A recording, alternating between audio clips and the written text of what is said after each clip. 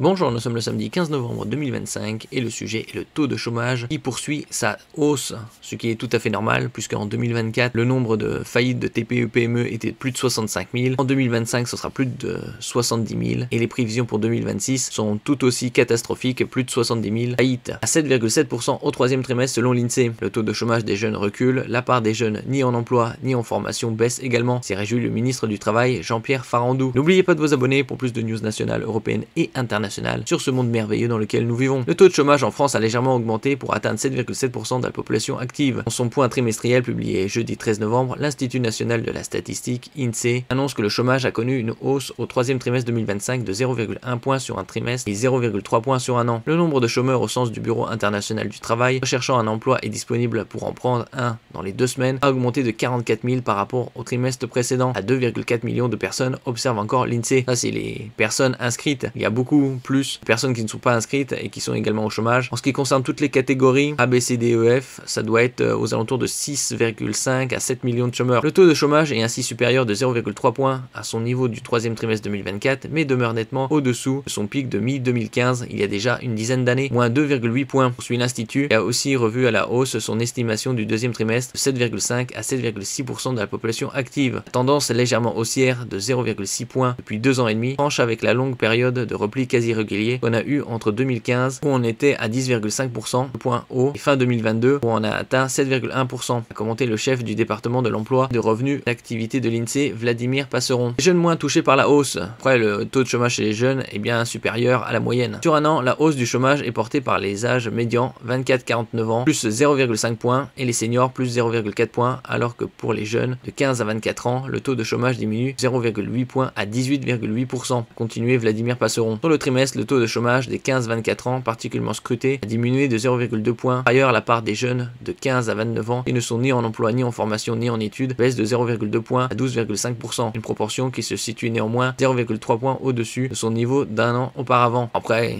on sait très bien qu'ils manipulent les chiffres ou ils leur font dire ce qu'ils veulent. C'est comme avec la croissance. Les chiffres montrent une situation globalement stable, a réagi le ministre du Travail Jean-Pierre Farandou. Le taux de chômage des jeunes recule, la part des jeunes ni en emploi ni en formation baisse également, a-t-il noté, ajoutant que les taux d'emploi et d'activité restent élevés et l'emploi en CDI progresse. Dans le contexte économique difficile que nous connaissons, ce sont des signes positifs pour l'emploi, a-t-il conclu. Eric Ayer, directeur du département analyse et prévision de l'Observatoire français des conjonctures économiques, OFCE, voit pourtant dans la baisse du chômage des jeunes une forme de trompe-l'œil. Il note ainsi que leur taux d'emploi a également baissé sur le trimestre, 0,3 points, 34,7%. Certains jeunes ont perdu leur emploi mais ne sont pas inscrits au chômage, souligne l'économiste. Soit ils sont retournés dans la scolarité, par exemple des apprentis qui ont perdu leur contrat d'apprentissage, soit ce sont des découragés qui sont sortis de la population active, donc on ne peut pas s'en réjouir. Nous verrons les chiffres pour 2025 en ce qui concerne le chômage et le taux de croissance fin janvier, début février 2026. Merci pour votre écoute et à la prochaine.